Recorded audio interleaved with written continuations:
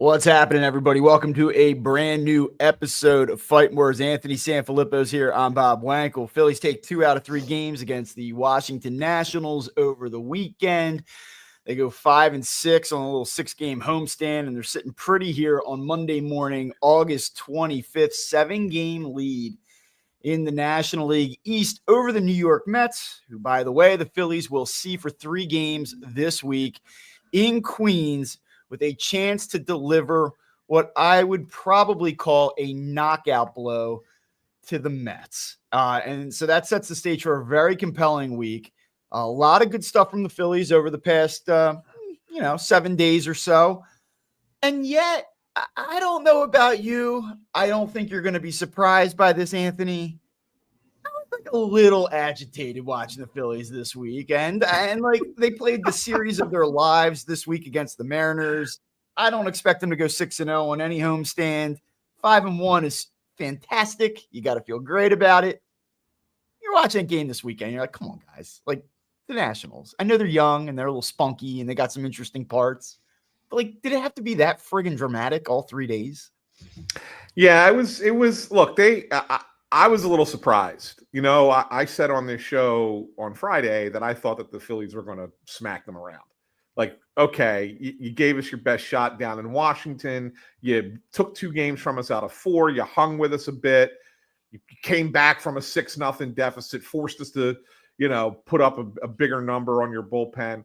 Like all those things, I thought the Phillies were going to be like, all right, here's the payback. And it didn't really go that way this weekend. Phillies did win the series. Jhoan Duran blows his first game. I think the Nationals got a little lucky. We're going to talk about that a little bit here on the program today. But yeah, I looked at it, was like, okay, this wasn't as easy as I thought it would be or should be. So I don't know. Do you take away from that and go, yeah, I'm still got some questions, or do you take away from that and say, hey, it's a scrappy little team over there. They're playing for, good on the Nationals, good on Miguel Cairo for keeping that team focused and playing in what is a lost season, and they got a lot of young guys who want to make an impression. So maybe it's that. Who knows?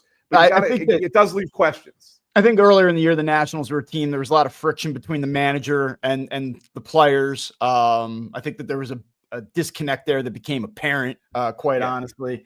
And they really went into full freefall mode. And, earlier in the year, I think you and I both said the Nationals might not be quite as bad as some people think. And then they were horrendous. And now you're starting to see that they are a functional team. But I think more than them, chipping away late and making things interesting and fighting back like that, I give them credit for. And I think that a Major League Baseball team from time to time should be able to do that. Or I think the disappointment in this series was against the starting pitching of the Nationals, both yesterday and on Friday night in particular. You talk about Saturday. I think Mitchell Parker is probably one of the 5 worst starting pitchers in Major League Baseball right now in this moment. And, they eventually got to him. They hit some hard outs early, and then they blew up and did what they needed to do. But Friday night, again, against a guy that's seen significant run in AAA this year, who's not been very impressive, who you didn't have success against a week ago, you just didn't do much on Friday night against that starter to really gain some separation early in the game. In fact, you had to claw your way back into it,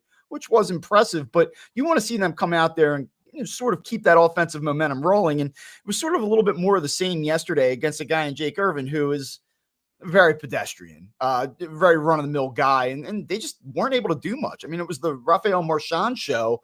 And other than that, you leave the bases loaded twice early on, and it's pretty quiet in the later innings. So I think that was the biggest takeaway of why those games were so difficult to put away late.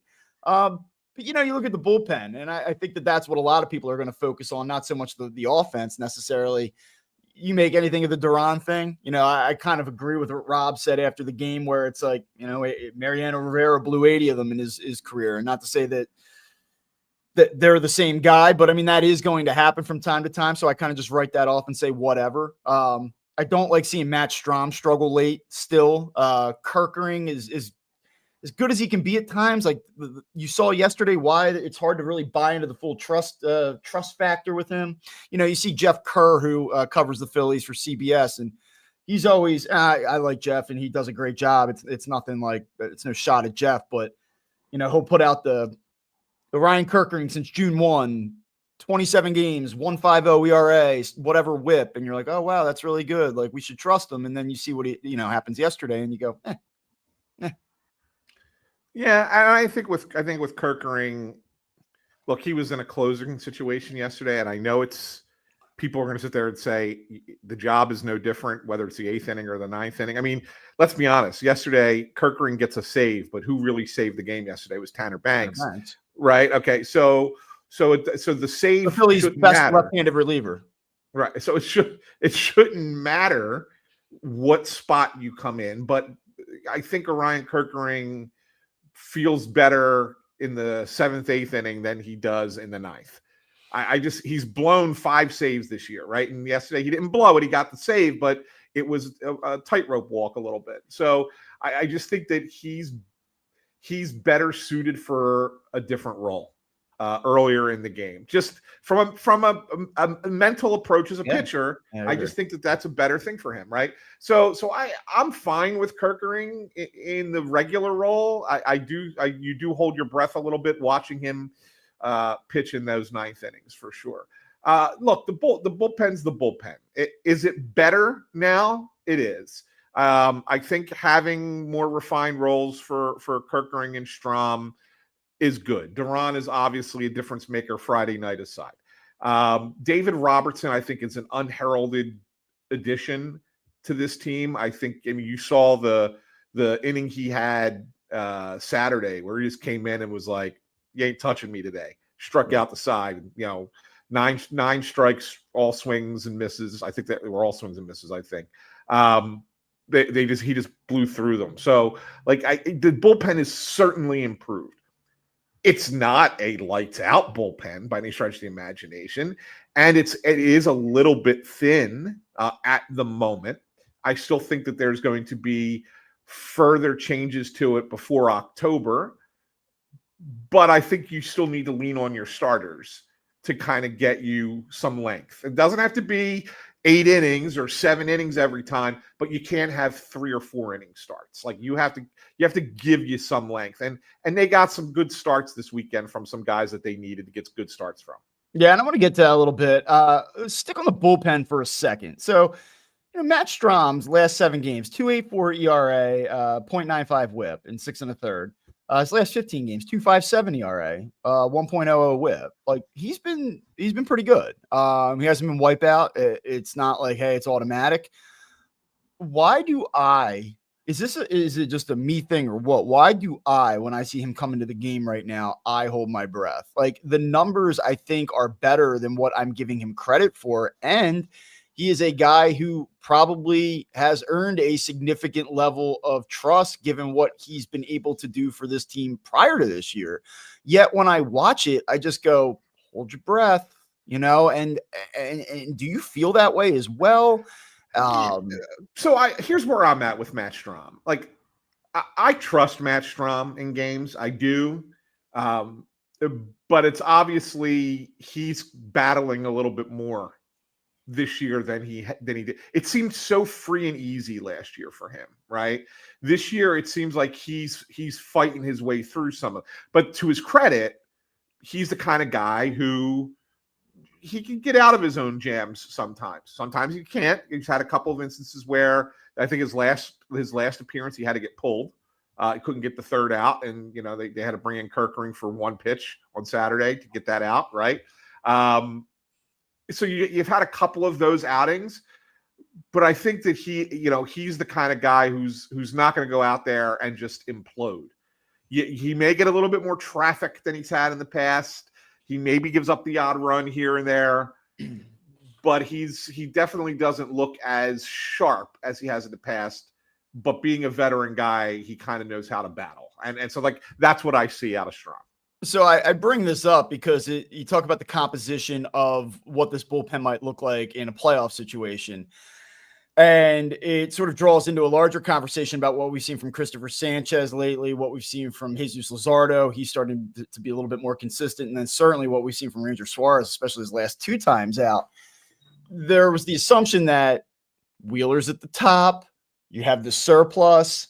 Alvarado comes back. You lose him for the playoffs, but you'll be able to slot in Suarez or Luzardo in his place. And then you go into a situation in the postseason where you're carrying Banks and Strom, and then one of your left-handed, surpluses going into a playoff series. Obviously, now that's not the case with Zach Wheeler being out for the season, which we had suspected when we first saw that news. It creates an interesting dynamic because do you have the luxury now of taking either Luzardo or Suarez and slotting them into that bullpen? Or do you say, who are my three best guys? And if they're all left-handed, can you go into a playoff series and go Sanchez, Luzardo, Suarez back to back to back against an opponent? To me right now in this moment, other than this Mets series, which is filled with intrigue and there's going to be plenty to talk about there, I'm very curious to see how the Phillies would go into a potential playoff series and line up this pitching staff. Yeah, and it's all going to be hinged upon one thing and one thing only. How does Aaron Nola look the rest of September, or the rest of the year, rest of the last month of the season? Like that's the big story, right? I mean, he had an encouraging start on Saturday. I thought he was really good for 5 innings, started the tire in the 6th, gave up 2 solo homers, but on the end, all told, 6 innings, 2 earned runs, 5 hits. It was a good start for Aaron. Why did the Phillies not give a pitcher who is looking to find his footing a more optimal or favorable defensive alignment behind him? I think that they're looking at the offensive matchups every game, and I think that I think. Well, I think that the idea is when you lose Wheeler, right?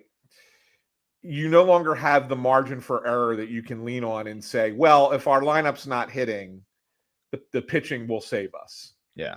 Until the offense figures it out. You no longer have that. So at this point, the offense has to improve. And so basically what you're doing is every game you're looking for your best offensive matchups, even if it gives you a slight downgrade defensively. I think that that's what they're going to do. But back to Nola, like that is what dictates, I think, the playoffs and how you set it up. And how encouraged were you by Aaron Nola on Saturday night watching the broadcast? I mean, and I don't mean this to be, I'm not trying to be a jerk or anything, but like watching the broadcast, like listening to Tom McCarthy, listening to that booth, you'd think that Aaron Nola would look like Cy Young on Saturday night. Like it was so much more encouraging than what we had seen on Sunday. He had worked out of some trouble in the middle innings there. And you're like, wow, this has turned into a really good start. And then, of course, the 2 home runs, and you're like, all right, well, there you go. Yeah, well, I think, again, it was the first time that he's, got back above 80 pitches in a major league game in more than 3 months, right? I mean, so, you start, and the velocity started to dip in the 6th inning just a little bit. But when he was early in the first 5 innings, he was sitting 93 on that fastball. And I talked to him about it afterwards, and he said, that really helps the curveball, and changeup secondarily. But like it really, he threw more curveballs, higher percentage of curveballs in that game than any start in his career. He threw 44% of his pitches were curveballs in that game. But he felt like he was able to keep batters off balance because his fastball was 93. If that fastball's 90, it's easier to it doesn't help those secondary pitches, right? So I felt like early in the game and for 5 innings, he had that 93 and was able to get it, and that's good. And so if he's able to go 93 and he's locating well, he's going to be the Aaron Nola that you need him to be. If he's not 93 and not locating, he's going to get torched, which we've seen that too, right? One start, it was encouraging. It has to continue through the next month. If it does, he's going to start in the playoffs, and it makes it easier for you to move one of those lefties to the bullpen. And is it because you owe it to Aaron Nola? Is it because of the experience and pedigree and stature that you do it? Is it because you do need to deviate from 3 left-handed starting pitchers in a row? Or is it about taking one of those lefties and really fortifying the bullpen? And to what end does the matchup matter? Because then that's what I start to look at. One of the exercises I did before we started recording today was where are the probable or potential National League postseason teams at in terms of OPS against lefties and righties? And there are a couple teams that the disparity is pretty significant. The Dodgers, for on the other end of that, are pretty consistent. 763 against lefties, 771 against right-handers, and that's near the top of baseball against both. The Brewers are much better against lefties, 763 versus 734 than they are against right-handers. Cubs, fairly consistent, 737 lefties, 751 righties. But the two that are really interesting are the Mets and the Reds. So the Mets, 692 OPS against left-handed pitching, 768 against right-handed. I mean, that's a sizable difference. And the Reds, 644 against lefties, 731 against righties. Again, much better against righties, both the Mets and Reds. So I rattle off all these numbers and I start to think about it. I say the Phillies and Mets get each other, specifically the Mets, in a postseason series. If you know the Mets are terrible against left-handed pitching, and they are well above average against right-handed pitching, and the Mets have seen Aaron Nola a million times, and I feel like I've seen this Aaron Nola start against the Mets before where it looks exactly like it did last postseason. Do I say, hey, Aaron, you're part of the mix, but we'd like to avoid you in a potential Mets matchup? Like, do you look at it and think there's anything to that? Do you think that there's anything to maybe saying, like, who is our opponent? Let's try to attack them this way. Well, I do, but I also think that it's a situation where you look at, if you're playing the Mets, let's play this out for a second. So you assume that the Phillies are getting the bye and the Mets are upsetting somebody and they're playing in the 5-game series, or are you talking about Phillies Mets wild card? Because I think it's two different scenarios. Let's, for the purposes of this, let's work through both, because I think both are very possible. I mean, I think both these scenarios are on the table. Okay, so let's go with the presumption that the Phillies get a bye. They're right now 2.5 games up on both the Dodgers and Padres for that second seed, and by the way, within 4.5 of the Brewers for the number 1 seed. So it's still within reach. So let's go under that presumption. With the day off, extra day off in that NLDS, and even though it's a 5-game series, you only need 3 starters, right? You can start your game 1, game 2 starter twice each in that series. So in a sense, you can get 4 of the 5 games with left-handed starters and still start Aaron Nola and still have the extra lefty in the bullpen. So it still works, right? In that scenario. So you can sit there and go, we'll have this matchup advantage. If it goes 5 games, we have 4 of them with left-handed starters, and we still have a guy who we could bring into that Aaron Nola start in Jesus Luzardo. If Nola's not going well, we could get him out quick and bring in Luzardo, and he could have that length and be able to kind of piggyback off that. So the whole thing really works if it's a 5-game series. If it's a 3-game series, I think it's a different conversation. If it's a 3-game series, maybe you look at it and go, we're announcing our game 1 and 2 starter, Christopher Sanchez, Ranger Suarez, and then we'll see where we're at in game 3. Yeah. Right? And I think that's a different conversation at that point. What's so interesting about this, again, this all assumes health, and it sort of assumes that they are where they're at right now. Like, I'm looking at a Ranger Suarez who over his last 2 starts has gone 13 2/3 innings, allowed 7 hits, 2 earned runs, 21 strikeouts to no walks. So now, where we were starting to look at the declining velocity of Ranger Suarez and the declining production where he's getting knocked around a little bit and go, I don't know if I need to see this in a playoff series. After the last 2 starts, you kind of go, I think I do want to see this in a playoff series. So there's so much volatility with this. Like, I don't know where Ranger Suarez is going to be in 5 weeks. I don't know where Jesus Luzardo is going to be in 5 weeks. I think I know where Christopher Sanchez is going to be, but we're really in the second year of him being this dominant starter. It's not outside the realm of possibility that he has a hiccup or 2 or 3 down the stretch where we start to look at this and go, this is wide open now. And I don't know what we're going to get out of Aaron Nola. I mean, it's pretty compelling stuff, and it's probably going to dictate their ability to navigate the early series of this potential run. It's why this year the bye is more critical than ever. In the past, I've said there and said, I've looked at it a couple years back, and even 22, going back to 22, said they're better off being in the wild card. Like the path was better for them, right? And it worked in 22. It should have worked in 23. Last year, it didn't work to win the bye because you ended up playing the hottest team in baseball in the Mets at that point. This year, it's unquestionable in my mind. The bye is massively important to the Phillies. Yeah. Massively important. They need to win, not just win the division, but they need to be one of the top 2 seeds. You do not want to be in a 3-game series against one of these teams. This isn't, not getting the Marlins in the first round this time around, right? You're going to get a good team in the first round of the wild card, and you got to avoid it. It's funny that you say this, because it kind of ties into a question or a complaint that I saw a little bit of this weekend. And, we've talked a little bit about what JT Realmuto has been able to do for this team and how big he has been. And it comes up with a huge home run on Friday night. Yes, they lose the game. Still a huge spot for him. His last 30 games, he's hitting .330 with a .374 on base percentage, and .539 slug. I mean, he's been awesome. He's been their most consistent hitter, and that includes Kyle Schwarber, Bryce Harper, Trey Turner. I mean, this guy's been a model of consistency for them. And I can appreciate getting him off his feet yesterday. And Rafael Marchand comes up with the swing of the game and has a good at bat later on, and is able to draw a lengthy at bat and work a walk that scores a run. So it doesn't come back to burn them that JT Realmuto wasn't in the game yesterday. But because of the urgency and because of the need to secure this bye, which I think that they feel is pretty critical to their success as well, do you have any issue with JT Realmuto being out of the lineup altogether on Sunday? Is this what's making him successful, to give him this blow? Or do you say, man, this is our best hitter right now. Why isn't he in the lineup?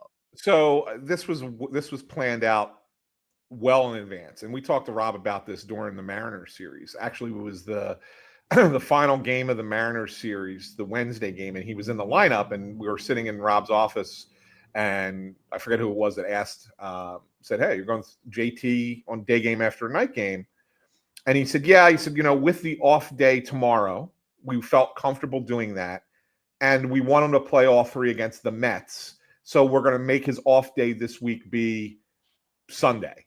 So this was well planned. So he was getting an off day Thursday and an off day Sunday, so he could play all 3 against the Mariners.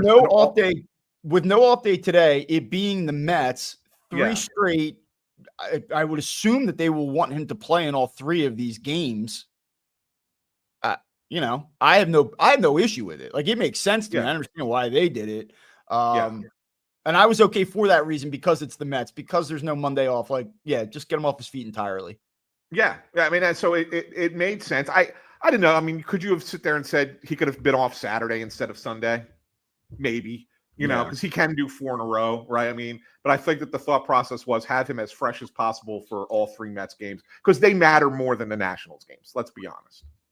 All right, so we're a little bit shorter today. Let's get to this Mets series. You look at the probable pitchers. You have Christopher Sanchez, Kodai Senga tonight. It's a good pitching matchup. Senga has been a little up and down at times, but overall pretty good. Luzardo Minaya on Tuesday night. And then Wednesday is an interesting one, because you have Taijuan Walker, which, though his overall numbers have been good, you never quite know what you're going to get, especially early on in a start from him, versus Nola McLean, who's been really good in 2 games and doesn't quite have that Mets stench on him yet. He's sort of been a breath of fresh air for the Mets. And part of the reason that this series is even still carries some level of intrigue, because if they don't get what they've gotten from him in his first 2 games, you might be talking about the Phillies having a 9-game lead right now. So it sets up where I look at this overall, and I'll be quite honest with you. Christopher Sanchez, if you want to talk about Christopher Sanchez, the Phillies have a better lineup than the Mets, in my opinion, at this point, the way that it's going right now. The Mets have swung the bats a little bit better lately. I like the Phillies more than I like the Mets from an offensive standpoint right now. The Mets bullpen, since the deadline in particular, in which they went out to bolster it, has been a disaster. So for all the complaints about the Phillies bullpen, I tilt Phillies advantage. So then I go Christopher Sanchez, Senga. Show me something tonight. Christopher Sanchez has shown me something for 2 years, but like this is a game they should win tonight. Like let's talk about this series in a way that we hyperbolize and overanalyze and overinflate its importance. Is this series going to make or break the 2025 Phillies? It's not. But I'll go back to what we talked about earlier in the year. This is a team that you kind of owe one. They've blown. Like, let's be honest. Like, let's call it what it is. This Mets team is sucked ass for 2.5 months now.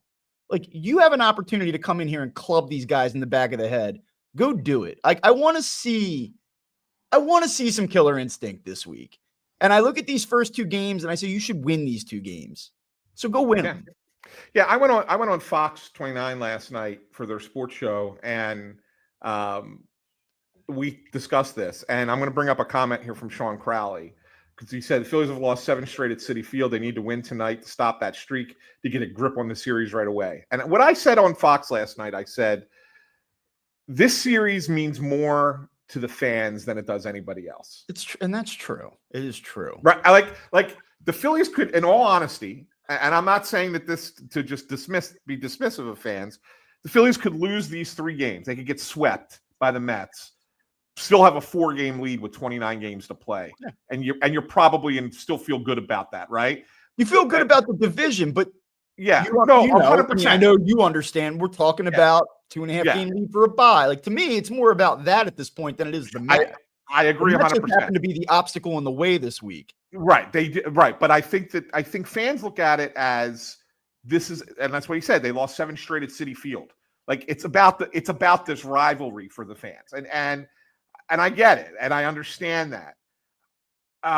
Yeah, it would be nice for them to go out there and smack this team around. Look, Kodai Senga, as good as his season has been, ERA 6 since the All-Star break. He's walked 17 guys in his last 27 innings. Having a hard time finding the strike zone. Like Phillies need to go in there with a patient approach, right? Very like they put some pitches on this guy, make him throw strikes. If he starts throwing strikes, okay, different conversation. Then you go up there and be a little bit more aggressive. But you got to work this pitcher. Manaya's been not good. Since he's been back. His ERA is horrible. I was actually going to get to that, and he's a guy that they've made look like a magician, last year. Yeah. So he's one in particular I circle and be like, let's go get this guy. He's been on the ropes lately. Right. So like I look at those 2 games and I say, even if you struggle against the rookie on Wednesday, right? Even if you do, you got to get at least one of the first 2 because you're going up against starting pitchers that have struggled and a bullpen that has been a disaster, as you mentioned. Like it's important to get one of the first 2. From the math exercise aspect of it, they got 29 games, they get swept, they're up 4, you're still in pretty decent shape. Your schedule is fairly manageable the remainder of the way. You could do all of that. At the same time, what was it? The old T.O. saying, like, if it looks like a rat, it smells like a rat. Like, if you have a chance to go up there with an opportunity to really end this and you don't do it, like, I think that's forgivable. But given this team knocked you out of the playoffs last year, given that they've won 7 straight games in New York, if the Phillies were to get swept in this series, I think it'd be very hard to wake up Thursday morning and not go, a little bit of a fraud alert going on here. And like, I get it. I get the math. I get the formulas. I could open up Baseball Reference and be like, they have a 79.6% chance to win the division still. And I think you take it all in stride when you really catch your breath. But it would be hard to see this team go up there and flounder for 3 games, given the recent history and given it what's at stake in the short term, and not feel a little bit like not great about what that means for October, especially with these first 2 guys on the mound. If Taijuan Walker goes out there on Wednesday and stinks and they lose 7-2, I can live with that, but you better go get at least one of these first 2. Yeah, I'm with you. Like I think you need to win one of the first 2. I think that if you get one of the first 2, it doesn't matter what happens the rest of the series. It really doesn't. I mean, yeah, sure, you want to win the series. You want to win every series, but you got to win at least one. And I think the first 2 games are you got to get where you got to get the one. You don't want the Mets to go into Wednesday having won a couple games and starting to feel themselves a little bit, right? Yeah. So that's why I think it's important to get one of the first 2. On top of the fact that, you have another opportunity here as far as the bye is concerned for this reason. The Padres are going to Seattle, right? They're playing the Mariners. Now, the Mariners have not been great lately, as we saw. The Mets beat them, Phillies beat them. But they're in the middle of a playoff race, and they're back home. Like, this is an opportunity. The Padres are coming off the Dodgers series, so you hope that maybe the Mariners can help you out a little bit. Meanwhile, the Dodgers are hosting the Reds, who are chasing down the Mets, right? So this is a real opportunity for the Phillies to even give themselves a little bit more breathing room in that bye. Like, because they have, it's not like the Padres and Dodgers are playing the Pirates and the Rockies. They're playing teams that matter. Okay. Yeah. And this is a chance for them. I think that's what makes it important to get at least one of these first two games. We're a little condensed. Yeah. One other thing, there's a couple of things I wanted to hit real quick, and I'm sure you have a couple things. Yeah. Jose Alvarado won't appear in October, and so I have a hard time getting crazy about his performance, but that was horrible yesterday. Like, truly terrible. The zone got a little bit weird late in that game. I understand all that, but you know how I say, like, familiarity breeds contempt? I think that his absence made me more fond of him. Like, it's like, because when I watched yesterday, I was like, oh yeah, I remember this. This is why I hate this guy. And I don't actually hate him, but like, this is why this guy makes me want to rip my hair out. And like, I've been a big like proponent of, you use your best guys, set the bullpen up, go all in, win as many games as you can. And if Jose Alvarado is going to be that dude, like, I don't care if he's not going to be there in October, use him in those spots. I know why they had to use him yesterday. They're trying to protect certain guys, they probably did not want to go to Banks and that. Like, you want to try to keep some guys fresh here. He put them in a horrible spot yesterday. Like, that's unacceptable. And so what my question to you would be is, do they just say, all right, never mind. Like, we're going to pull this way back and you're going to be low leverage only break glass in case of emergency guy in high leverage situations? Or do you think it's just, it's a second start or second game back after a prolonged layoff, no harm, no foul, turn the page? Like, how do you evaluate that yesterday? Yeah, I kind of look at it that way. I don't think so. Maybe in the past, the one thing I noticed yesterday is they got Banks up quick, like really quick. Maybe he's got a shorter leash than he would have had in the past. I mean, I think there have been times in the past where he's gotten bases loaded, nobody out, and they'll keep him in and say, hey man, like, you got the stuff to go get him, go get these guys. You're the strikeout pitcher, not Tanner Banks, right? Like, you bases loaded, nobody out. You need a strikeout there. And they went away from that to go to a guy who have a lesser chance of getting a strikeout. Yeah. So I think that there is a shorter leash on him, but I do still think they're going to use him. And the thing that I thought was curious, and I'm glad that you texted me about it yesterday, is why the hell were they throwing curveballs? Yeah. With Jose Alvarado. Competitive. Just total waste of time. Like, what was like, that's his third pitch. Yeah. Like, he gets everybody on, the fastball and then the what is it? As a cutter kind of thing. Yeah. Right. Like, those are his pitches. Like, why is he going as heavy as he was with the curveball? Didn't really make any sense. So I don't know if he put himself in a bad spot in a couple of those counts because of that. And to me, it's like you're holding a 3-run lead against the Nationals, and I appreciate the Nationals' peskiness late in games, but like, go get them. Yeah. Stop dicking around and use your best pitches. Go get these guys. Yeah, I didn't understand. And so I makes me wonder, honestly, in that case, if Real Muto's the catcher, if he's calling as many curveballs. You know what I'm saying? Like, that could be an experience thing. So I also, that could play into why I think that they're not just going to just dismiss Alvarado. Right. I don't know what else you wanted to talk about, but I have a feeling you're going to point out why the Phillies weren't guarding the lines in the ninth inning with Duran. I will mention that. I did want to, only because it's the title of our show today.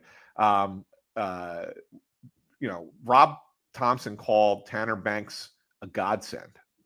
Said he's a godsend. Yeah. Yeah. Tanner Banks, like if you look at his numbers, Bob, they're actually unbelievable. Yeah. Considering who he is. And he's been pressed into some more difficult yesterday included. Yeah. I mean, it's not just, oh, look, he's got 2 outs in the 5th of a 5-1 game. Like, he's getting key outs for this team. And Earl, I can remember beginning of the season, we would have conversations, offline about this guy's not even a major league pitcher. Like, what the hell? And they're using him like they're using him. And all of a sudden, like, he's turned into probably, their second or third most reliable pitcher out of the bullpen.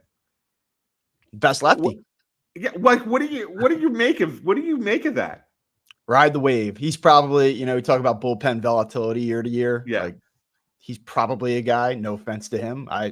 Great job. I've reached like a comfort zone when he's in games, which is probably a bad thing.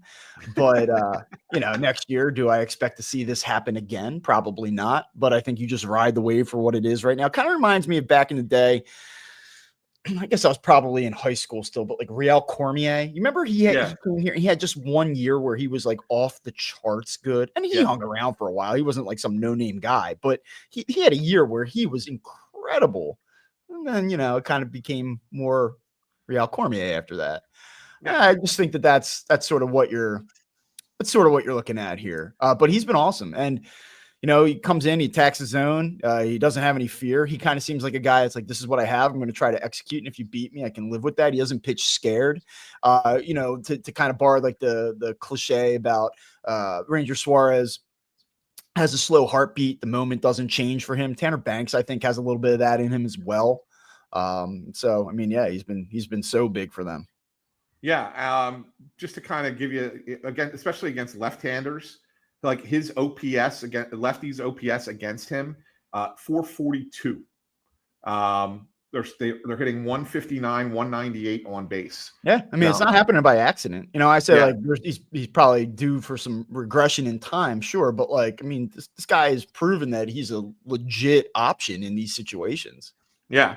So I think you might see him against a tough lefty in the playoffs. I think that's a thing. As far as the Duran thing, here, the Nationals had those hits against them, 3 hits, the 2 on Friday, and then the one more on Saturday, where they went line to line. And then, I don't know if anybody saw it, but apparently the dude commented, Lenny Dykstra on Twitter. Good to see Nails was coherent enough to make that observation. Make the observation that it's not rocket science that when you're throwing 103 that you should be guarding the lines, because guys can hit opposite field. So Rob was asked about this on yesterday morning, and here's what Rob Thompson had to say. They went back and looked at it. In his career, actually, I should say career. I think he said the last 2 seasons. Last 2 seasons, the number of balls hit down the line opposite field by batters against Jhoan Duran was 4. 3 of them this weekend. So only once previously had that happen. Now, I guess the question more, Bob, is if you're throwing as hard as this guy throws, 103 miles an hour fastball, 99 on a splitter, which is insane, how come you don't have as high a strikeout rate? Yeah, I think I sent you that message this week. I mean, like, so first of all, the numbers, let's see here. He has, for the Phillies this season, appeared in 9 games, and he's pitched 7 2/3 innings, and he has 9 strikeouts. So a little bit more than a strikeout per inning. It's not, he's not striking out anybody, but when you see 102, 103 pop up on the screen, and then he can rip off an occasional curveball at 88, you go, how's this guy not striking out 2 batters per inning? There's a lot of contact. There's a lot of foul balls even. Like, you don't see a lot of guys just swinging through pitches. You asked the question. I'll leave it to you to answer. I mean, it was my observation. I kind of just said, it's like strange to me that guys are able to, I mean, we've watched this, even these games where he's been really good. And by no means am I being critical of him. Like, it's not a criticism, but you see, like, he gets ahead. It's 1-2, ground out the shortstop. Guys have been able to put the ball in play at a higher rate than I would expect when you see his stuff.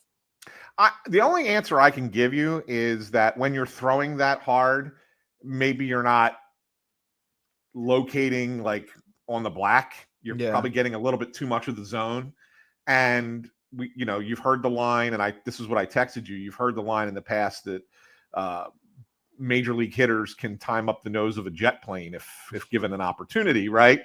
So, if you put the ball somewhere they can hit it, they're likely going to make contact. So it's more about the fact that he's probably throwing the ball over the plate more than most pitchers do, and he's able to get away with it. Yeah, and I mean, like the because of how hard he throws. The quality of contact hasn't been very good. Right. The guys aren't so in one on one hand or in one breath, you go like, why can guys put it in play? But they're also not teeing off on him. I mean, opponents this season were hitting 219 against him in Minnesota, 207 against him with the Phillies. And what's really helped him is that across those 7 2/3 innings, he's yet to walk a batter. So, you give up a hit here or there. He's given up 6 in those 9 appearances, which is good, but you compound that with the fact he's not walking anybody, and you say like, okay. I mean, the whole thing has been a huge win for them, and he's gotten the job done more often than not. And he might have actually escaped it the other night, despite some bad luck in terms of the batted ball. I thought Brandon Marsh made a great throw to home. I don't know if you shared that belief, but I think if it doesn't hit the runner, there's a pretty good chance that he's out at the plate. And then obviously JT, probably would have liked to have had that one back that he threw into left field. So he even said it afterwards. Like, Rob tried to defend him and said, he thought he had the guy. And Real Muto even said afterwards, he's like, I should have probably held on to the ball because just let Duran strike the guys out and get out of it. And that's what he did. Yeah. In retrospect. And hey, those things happen, whatever. You're not going to save every game. Like Rob said, even the best blew a couple. I'm not sure Rivera blew 80. I try to look it up. I took that at his word. I said, 80. That sounds about right. I looked it up, right? And there was no real it's not a real statistic, blown saves. Like Major League Baseball doesn't track it. So every site had like a different number, and Fangraphs didn't have any tracked for the first 7 seasons that Rivera pitched. So who knows how many there were in those years, but after that it was 46. So was it quite 80? Probably not. It was probably somewhere around 60 though. I mean, so even still. Just you can't blow back to back. It was important that he saved the game Saturday night because everyone's bitching and moaning about NBC Sports Philly cutting away from the intro. And I'll tell you what, one thing about Phillies fans, like they've all jumped on the wave here. Duran's my guy. I've always loved him. I've always been a big Duran guy.